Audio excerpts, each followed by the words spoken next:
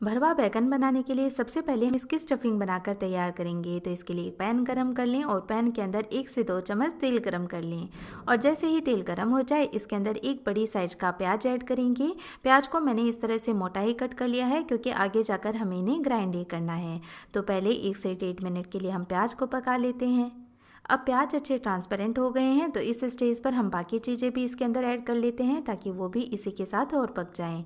तो इस स्टेज पर हम डालेंगे इसके अंदर 9 से 10 लहसुन की कलियां। तो इन्हें क्रश करने की ज़रूरत नहीं है, साबुत ही ऐड करें। 1 इंच अदरक का टुकड़ा, इसे मैंने छीलकर और कुछ हिस्सों में डिवाइड कर लिया है। 1 हरी मिर्च इस तरह से काट कर डाल देंगे और दोबारा प्याज के साथ इन चीज़ों को भी 1-1.5 मिनट के लिए पका लेते हैं। अब सारी चीज़ें काफ़ी अच्छे से पक चुकी हैं, प्याज की जो एजेज हैं वो ब्राउन होने लगी हैं। तो इस स्टेज पर हम इसमें कुछ खड़े मसाले डालेंगे, जिसमें हम लेंगे 1 चम्मच जीरा, 1.5 चम्मच डालेंगे साबुत धनिया। यदि आप धनिया नहीं लेते हैं तो फिर आप धनिया पाउडर ले सकते हैं। 1 तेज़पत्ता इस तरह से तोड़ के डाल देंगे। साथ ही 1 साबुत लाल मिर्च इस तरह से तोड़ कर डालेंगे। 3 से 4 लौंग डालेंगे। 1 छोटा चम्मच डालेंगे राई या सरसों। साथ ही इसमें ऐड करेंगे ये बहुत ही थोड़े से मेथी दाना, सूखी मेथी दाने हैं, ज़्यादा इस्तेमाल नहीं करने हैं क्योंकि फिर ज़्यादा कड़वा फ्लेवर आने लगेगा। खड़े मसालों को इस स्टेज पर ही डालें क्योंकि हमें इन्हें ज़्यादा ओवर कुक नहीं करना है। तो इसी पैन के अंदर ये भी थोड़ी देर पक चुके हैं। तो अब गैस का फ्लेम हम ऑफ कर देंगे क्योंकि पैन गर्म है। तो इस स्टेज पर हम इसमें सूखा नारियल डालेंगे क्योंकि बहुत ही जल्दी पक जाता है। तो गैस का फ्लेम ऑफ करके ही ऐड करें। सूखे नारियल के साथ ही मैं इसमें ऐड कर रही हूँ 1 छोटा चम्मच खसखस यानी कि पॉपी सीड्स, और साथ ही ऐड करेंगे इसके अंदर 1 छोटा चम्मच कसूरी मेथी। ये तीनों चीज़ें लास्ट में ही ऐड करें गैस का फ्लेम ऑफ करने के बाद, क्योंकि पैन और सारी चीज़ें काफ़ी गर्म है तो इसी आंच में ये पक जाएंगी। अब मिक्स करते हुए नारियल, कसूरी मेथी और खसखस भी पक चुकी है और इसका बहुत ज़्यादा कलर हमें चेंज नहीं करना है, नहीं तो फिर सारी चीज़ों में से कड़वापन आने लगेगा। तो पैन ठंडा हो चुका है तो अब ये चीज़ें जलेंगी नहीं। तो पैन को हम साइड में रख देते हैं और एक दूसरा छोटा पैन लेते हैं। इसमें हम रोस्ट करेंगे मूंगफली। तो 1/4 कप मैंने मूंगफली ली है। मूंगफली को लो टू मीडियम फ्लेम पर रोस्ट कर लेते हैं जब तक ये तड़कने न लगे या अच्छे से रोस्ट ना होने लगे। तो यहाँ पर देखिए मूंगफली अच्छे से तड़कने लगी हैं। जब ये रोस्ट हो जाती हैं तो अपने आप ही ये तड़कने भी लग जाती हैं, छिलका सेपरेट होने लगता है। तो इसका छिलका हम उतार लेंगे जब ये हल्की ठंडी हो जाएंगी। तो अब ये जो स्टफिंग है वो ठंडी है तो इस ग्राइंडर जार में इसे ट्रांसफ़र कर लेंगे। साथ ही ये जो मूंगफली हमने ली थी वो भी ठंडी हो चुकी है तो इसे भी ग्राइंडर जार में डाल लेते हैं। अब स्टफिंग में चटपटा टेस्ट लाने के लिए हम डालेंगे इसके अंदर 1 छोटा चम्मच आमचूर का पाउडर। आमचूर के पाउडर की जगह आप नींबू के जूस या फिर इमली के पल्प का इस्तेमाल भी कर सकते हैं। इमली का टेस्ट भी इसमें बहुत अच्छा आता है। साथ ही स्वाद के अनुसार या 1 छोटा चम्मच नमक ऐड कर लें और सारी चीज़ों को अब हम ग्राइंड कर लेते हैं। तो ये बढ़िया सा पेस्ट बनकर तैयार हो चुका है और जब इन्हें ग्राइंड करें तो बिल्कुल भी इसमें पानी वगैरह ऐड नहीं करना है, बहुत ईजीली ये ग्राइंड हो जाते हैं। तो स्टफिंग को हम एक बार साइड में रख देते हैं और ले लेते हैं बैंगन। तो यहाँ पर 400 ग्राम मैंने बैंगन लिए हैं और बैंगन को अब हम कट कर लेते हैं। बढ़िया ताज़ा बैंगन का इस्तेमाल करें। बैंगन को इस तरह 2 तिरछे कट हम लगा देंगे और जो ऊपर का हिस्सा है यानी जो डंडा है उसे हम नहीं हटाएंगे। तो ये देखिए इस तरह से चेक भी कर लें कि बैंगन में कोई कीड़ा तो नहीं है और ये बैंगन एकदम साफ़ सुथरा है। तो चलिए हम दूसरे बैंगन भी इसी तरह से काट लेते हैं और चेक कर लेते हैं। आप चाहें तो इन बैंगन की जगह छोटे हरे बैंगन आते हैं उनका इस्तेमाल भी कर सकते हैं। अब हम स्टफिंग लेंगे और बैंगन के अंदर अच्छे से भर देंगे। तो मैंने जितनी स्टफिंग बनाई थी सारी स्टफिंग इन बैंगन में मैंने लगा दी है। मैंने ज़्यादा स्टफिंग नहीं तैयार की है क्योंकि इन्हें पकाने के लिए मैं दूसरी स्टफिंग तैयार करूँगी। इससे टेस्ट बहुत ही अच्छा आएगा, डबल टेस्ट आएगा इससे। तो ये देखिए बढ़िया सी स्टफिंग हमने सारे बैंगन के अंदर भर ली है। और अब हम ले लेते हैं कढ़ाई। अब कढ़ाई के अंदर 4 से 5 बड़े चम्मच हम तेल गरम कर लेंगे। तेल थोड़ा सा हमें ज़्यादा डालना है क्योंकि हम इसके अंदर बैंगन को फ्राई करने वाले हैं।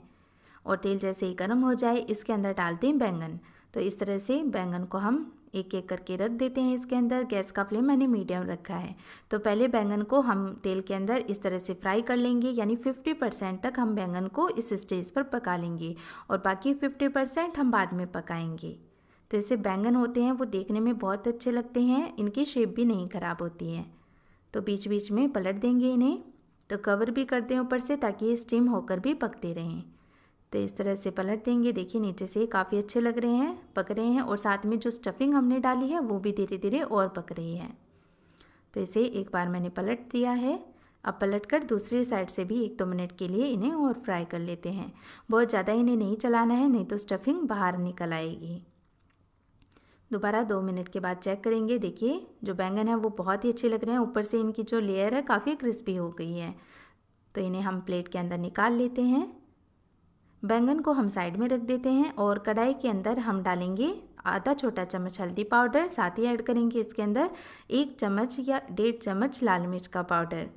अब हल्दी पाउडर और लाल मिर्च पाउडर को इस तरह से तेल में पका लेंगे तो टेस्ट भी बहुत अच्छा आएगा, साथ ही सब्जी का कलर भी बहुत अच्छा आता है। तो ये पक चुके हैं, तो इसमें डालेंगे 2 मीडियम साइज के बारीक कटे हुए प्याज। अब प्याज को भी कुछ देर के लिए पका लेंगे। तो यहाँ पर अदरक और लहसुन का आप चाहें तो और भी इस्तेमाल कर सकते हैं, लेकिन मैंने स्टफिंग में डाल दिया है तो इस स्टेज पर मैं और अदरक और लहसुन का इस्तेमाल नहीं कर रही हूँ। अब प्याज भी अच्छे सॉफ्ट हो चुके हैं, बढ़िया से ये कैरामलाइज हो गए हैं, तेल इनमें से सेपरेट होने लगा है। तो इस स्टेज पर हम 2 मीडियम साइज के बारीक कटे हुए टमाटर भी इसके अंदर डाल देंगे। चाहें तो टमाटर का पेस्ट भी इसमें डाल सकते हैं। स्वाद के अनुसार नमक डाल देंगे। अब टमाटर को भी अच्छा सॉफ्ट होने तक हम प्याज के साथ पका लेंगे। तो जो भरवा बैंगन में हमने स्टफिंग भरी है उसका टेस्ट अलग आएगा, और इस तरह से ये जो हम तड़का तैयार कर रहे हैं उसका टेस्ट अलग आएगा, और दोनों का ही कॉम्बिनेशन बहुत ही लाजवाब लगता है। तो इस स्टेज पर कुछ धनिया पत्ती मैं डाल रही हूँ, इसे भी इस पेस्ट के अंदर थोड़ा पका लेते हैं तो बहुत ही अच्छा फ्लेवर आएगा। देखिए बढ़िया सा पेस्ट बनकर तैयार हो चुका है, इससे सब्जी भी काफ़ी कलरफुल हो जाती है। तो जो बैंगन हमने फ्राई करके रखे हैं वो भी अब इसमें ऐड कर लेते हैं। बैंगन को हमने 50% पका लिया है, तो अब हम इस तड़के के साथ थोड़ी देर बैंगन को और पका लेंगे, तो इससे अच्छा सा फ्लेवर भी इसके अंदर आ जाएगा, सब्जी अच्छी घुली मिली हो जाएगी और बैंगन भी अच्छे से पक जाएंगे। तड़के के अंदर काफ़ी अच्छे से मिक्स कर लिया है और स्टफिंग ज़्यादा बाहर नहीं निकले इसके लिए इसे हम कम जलाएंगे। तो हम क्या करते हैं, अब इसके अंदर पानी डाल लेते हैं। इस स्टेज पर आप गर्म पानी का ही इस्तेमाल करें ताकि जो बैंगन और तड़का हमने बनाया है उसका टेम्परेचर पर डाउन ना हो। तो थोड़ा सा तकरीबन 1 कप मैंने पानी डाल दिया है और इसे ढककर पका लेंगे। और ये देखिए बैंगन कितने सुंदर लग रहे हैं। और अब क्या करते हैं, इन्हें दोबारा से थोड़ा सा पलट लेते हैं, क्योंकि थोड़ा पलट कर सेक लेंगे तो बैंगन चारों तरफ से अच्छे से सॉफ्ट हो जाएंगे, पक जाएंगे। इस तरह से जब हम ढककर बैंगनों को पकाएंगे तो ये अच्छे सॉफ्ट भी हो जाते हैं और इनकी जो शेप है वो बरकरार रहती है, जिससे ये देखने में भी काफ़ी सुंदर लगते हैं।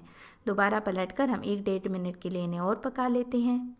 1 से 1.5 मिनट हमने इसे और पका लिया है और जो ग्रेवी है देखिए कलर कितना सुंदर हो गया है, बैंगन भी सॉफ्ट हो गए हैं। तो लास्ट में हमेशा की तरह हम डालेंगे गरम मसाला। तो मैं यहाँ पर इस्तेमाल करी हूँ टाटा संपन्न का गरम मसाला, जो शेफ़ संजीव कपूर द्वारा एक खास रेसिपी से तैयार किया जाता है। और टाटा संपन्न मसालों की खास बात ये भी है कि प्राकृतिक तिलों से भरपूर साबुत मसालों से बने होते हैं, जो मसालों का स्वाद तो बढ़ाते ही हैं, हेल्थ के लिए भी फ़ायदेमंद होते हैं। तो 1 छोटा चम्मच मैंने गरम मसाला ऐड किया है और गरम मसाला डालने के बाद सब्जी को हम 1 मिनट के लिए और पका लेते हैं। तो अब 1-1.5 मिनट के लिए सब्जी को मैंने ढककर और पका लिया है और ये हमारे भरवा बैंगन बनकर तैयार हैं। तो लास्ट में ऐड कर लेते हैं इसमें खूब सारी बारीक कटी हुई धनिया की पत्ती। और ये देखिए हमारे चटपटे बहुत ही स्वादिष्ट भरवा बैंगन बनकर तैयार हैं। आप जिस भी तरीके से भरवा बैंगन बनाते हो, एक बार ये तरीका अपनाकर भरवा बैंगन बनाएंगे तो यकीन मानिए दोस्तों, सब उंगलियां चाटने पर मजबूर हो जाएंगे।